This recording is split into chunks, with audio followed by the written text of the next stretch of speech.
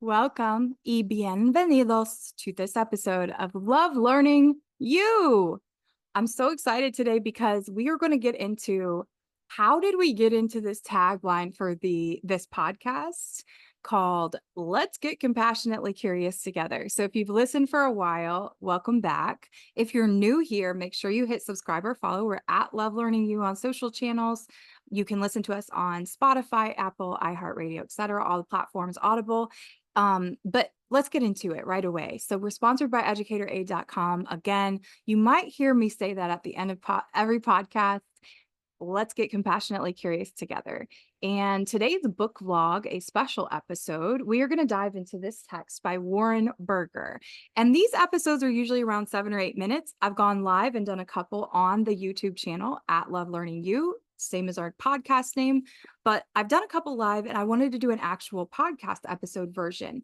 The book, A More Beautiful Question, and a background on me very briefly.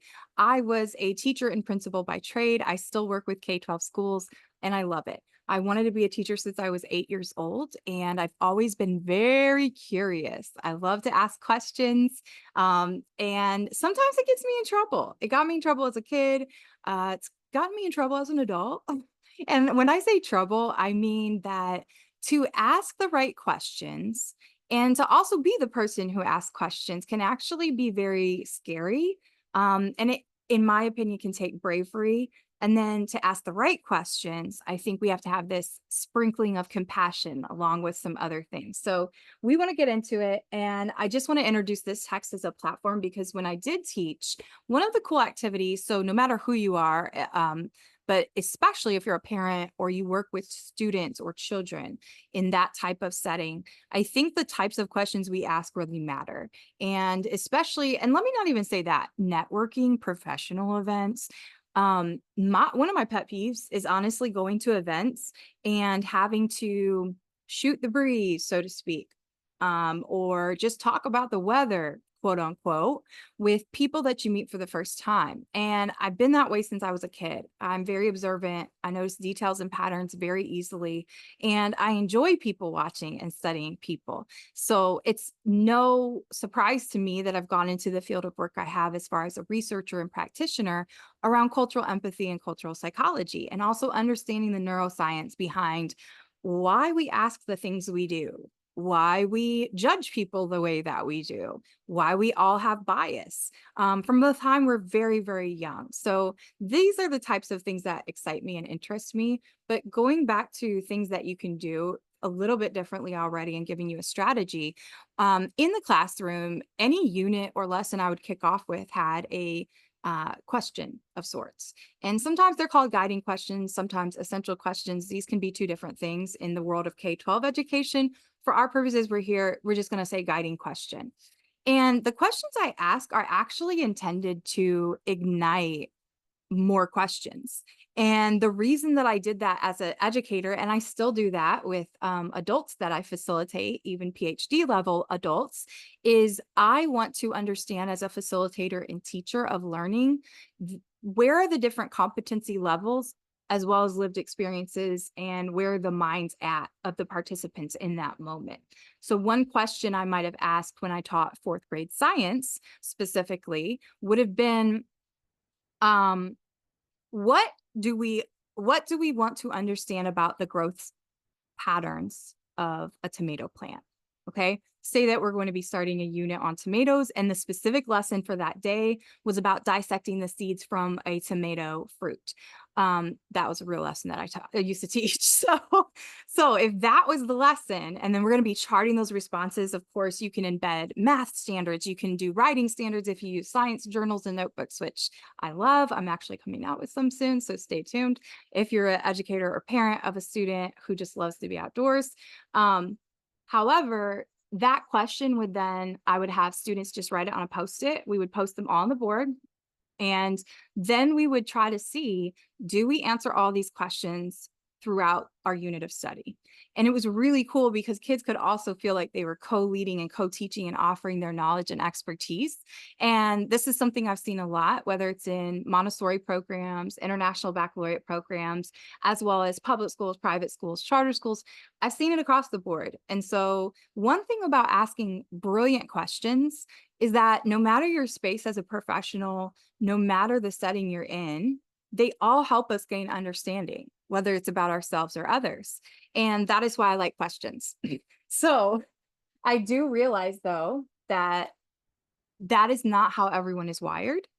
And that can be quite scary. So let me give you one more story and then also a little bit of background. So one of our tagline here at the podcast, every episode at the end, I say, let's continue to get compassionately curious together.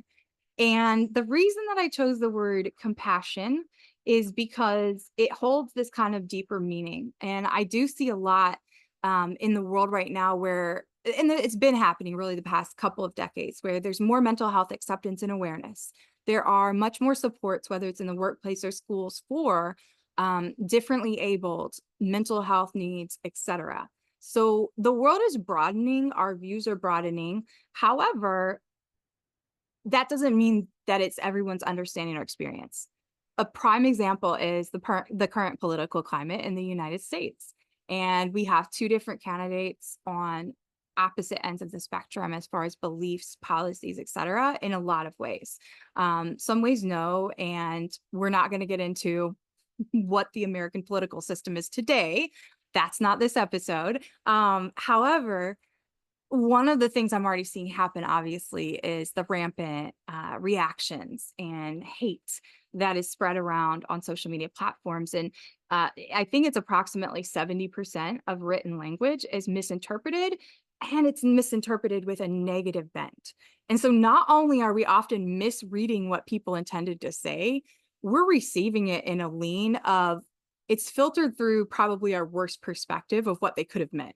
So call it the human brain and how it categorizes, call it whatever space we happen to be in that day, and these media platforms, how the algorithms can kind of bombard us.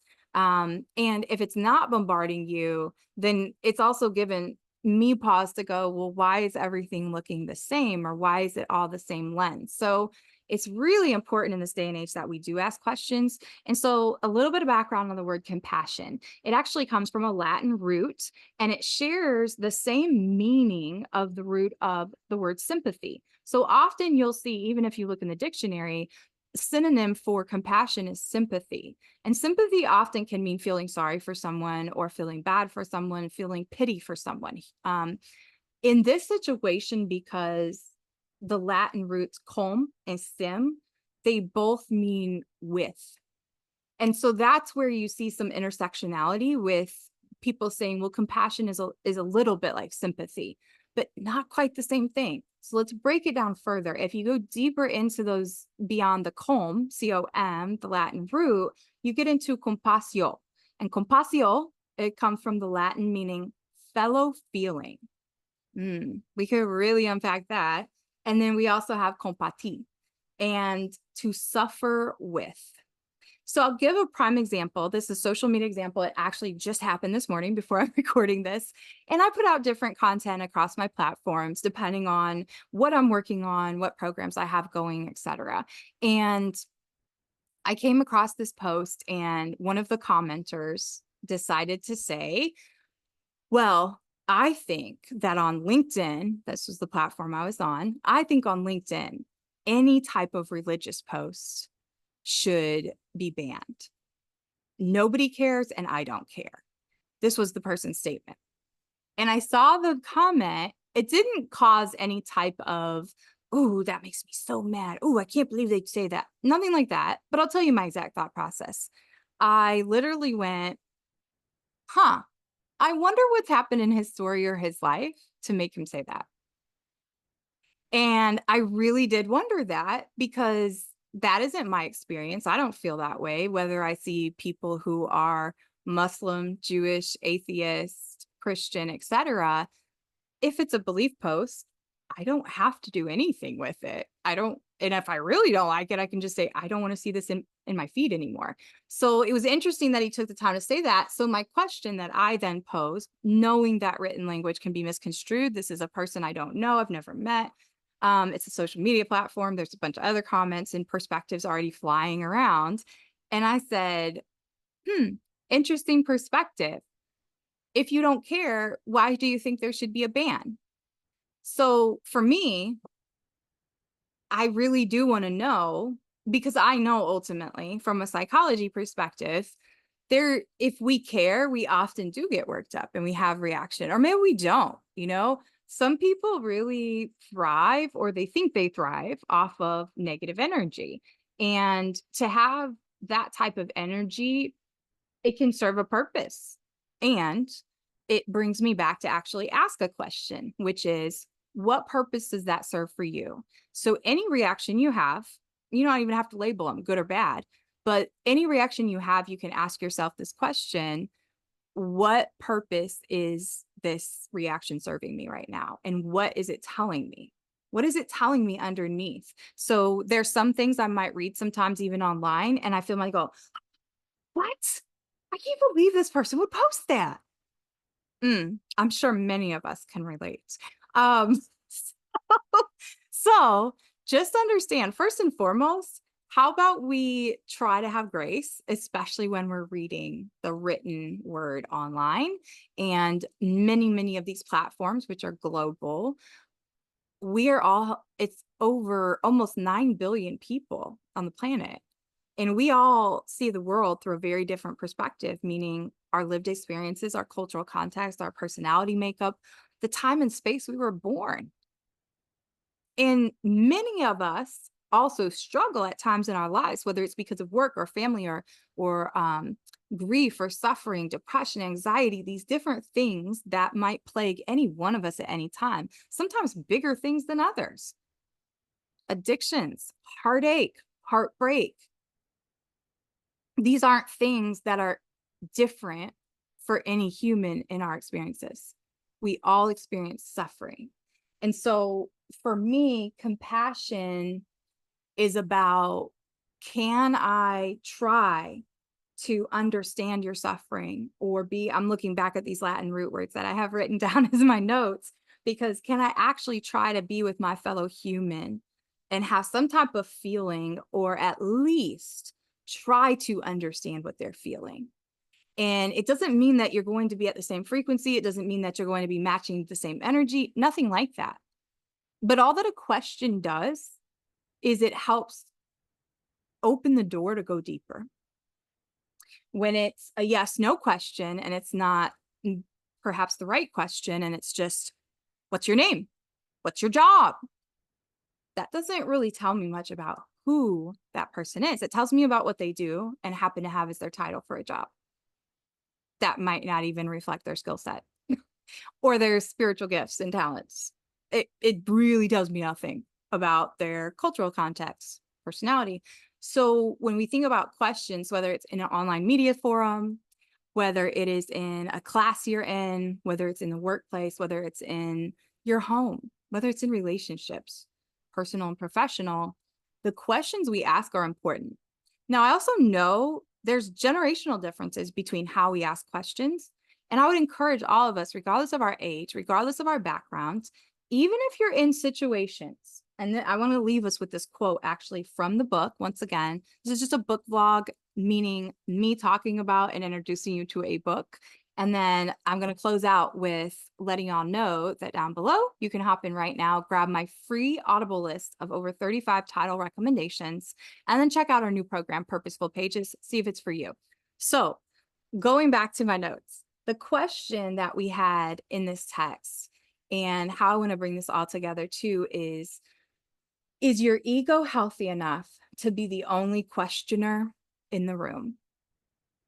And part of this goes back to courage. Part of it goes back to bravery and how we feel about ourselves, how we see ourselves, how we see others, the spaces that we find ourselves in.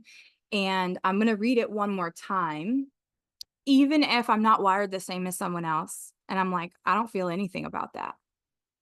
Why would I feel something about that? ask yourself this question and go back to it. If you're in a room, even with 5 other people or 500 other people, no matter, if you're not clear on something, or you're sitting there in your head judging, which I've done, and I do, because I'm human, and we all are. It's okay. Don't stay stuck and beat yourself up. Identify it and move on. But if we sit there and go, oh, well, what do they mean by that? Well, we can ask. Is your ego healthy enough? Doesn't say that your ego needs to die. Note that. That's important. To be the only questioner in the room. I often joke with people that I am often hired. It's not even a joke. Let me not say that.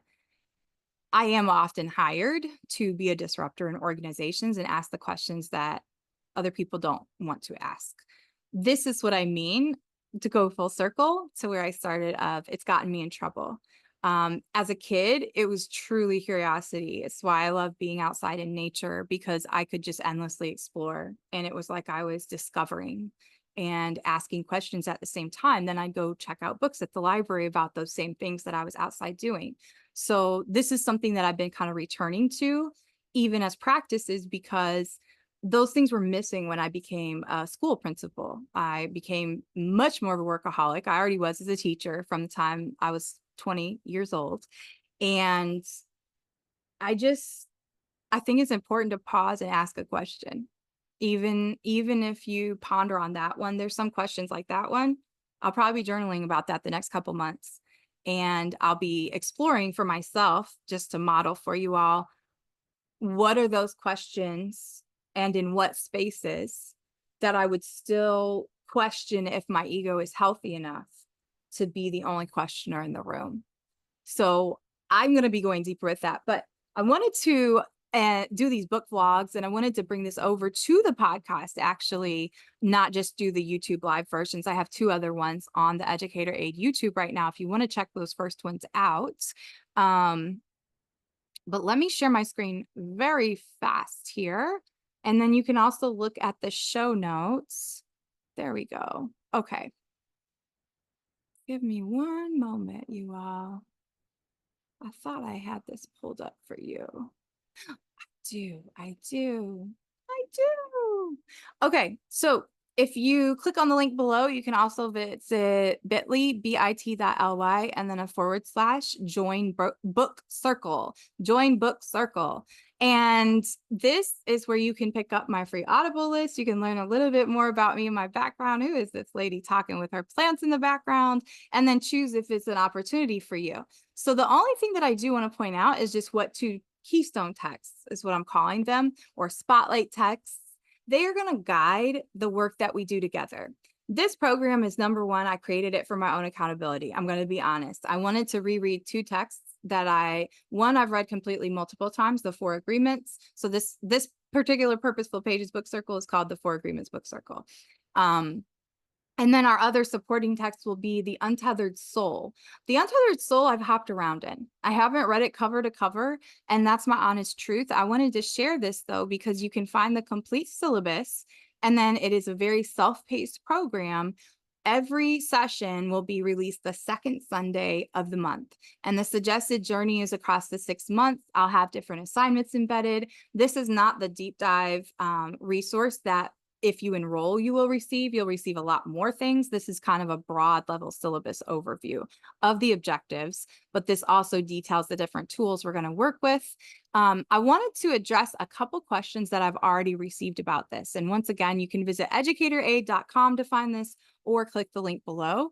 But one question I did get, and I want to address, is, and a lot of this is about belief systems. We don't need to be afraid to talk about our own beliefs, because we all have different ones, just like I just broke down about the almost 9 billion people on the earth.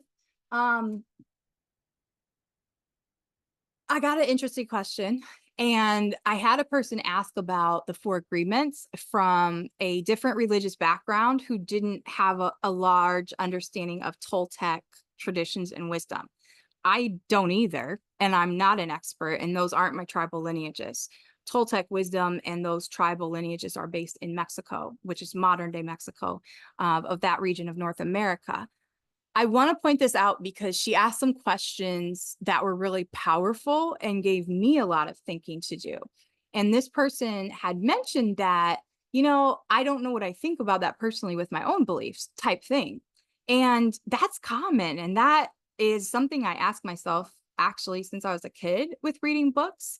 And then I will also say it's like any decision. So we need to consider what we consume and why we're consuming it. If you already know your belief system and you're very firm in certain beliefs, and there are certain gateways that if you open them, you don't want to attract certain things into your life because of your own convictions and your own belief system, then that is perfect sense. And that's with anything, right? The TV shows we watch, the books we choose to read, the foods we put into our bodies, the people that we surround ourselves with. What we consume is important. So not just what we question, but what we consume, literally mind, body, soul, is so important because that becomes your thoughts. Your thoughts become your behaviors become your actions, those become your patterns, those become your habits.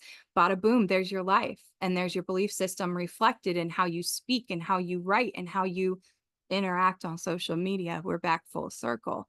So all I would say is no matter what you're toying with, whether it's a coaching program you want to jump into with an incredible mentor, whether it's a pastor's new series, or maybe you follow a rabbi and they're going to do a small group session on part of the Torah, whatever that thing is that you're toying with, regardless of your background, regardless of what religious beliefs you claim, whether you're atheist, agnostic, my only advice, no matter what it is you're going to decide to consume, especially if you're making a monetary investment in yourself, is number one, to sit with it and ask yourself questions as to why you're doing it. What's your goal? What's your intention? Secondly, think about if it will expand your faith journey, not only in yourself, but ultimately in whatever your belief system is. So if you find faith in fill in the blank, then that would be your lens by which you would journey. So a lot of this is actually about also setting up, you saw one of the tools that's proprietary to Educator Aid, which is the personal and professional vision roadmap. And we're going to be just doing some stuff aligned with career and purpose, but it's also personal too. To me, they aren't separate. I'm a kind of like a comprehensive, holistic person. I've always been that way. It's not like, oh, you only teach third grade or fourth grade. No, and I also do this for the district, and I also am on this committee. I'm just that way. You don't have to be. We're all wired differently. But that's why I say the best thing we can do is to love learning ourselves and not become consumed or obsessed with trying to project what we believe or what we think. That might sound really rich, not only just coming from me who asks a lot of questions and thinks about a lot of deep things, but just anybody in this day and age. That might sound really rich because there are so many distractions. And that is why this work is difficult. So if you find it difficult to commit time to even reading a book, that's literally why I created this. So a lot of this is accountability because I want to go in deeper into these texts, and it holds me accountable as a practitioner. And I know there are so many distractions. So this has gotten a little lengthy, but I had some things to say. I had some questions to ask. So I will leave you with how we usually sign off. Drop any comments, questions below. Excuse me, send us a voice memo if you happen to listen on podcasts. I think you can do that on Spotify. And then this was the text that we jumped into in this book vlog. All right, take care, and let's continue to get compassionately curious together.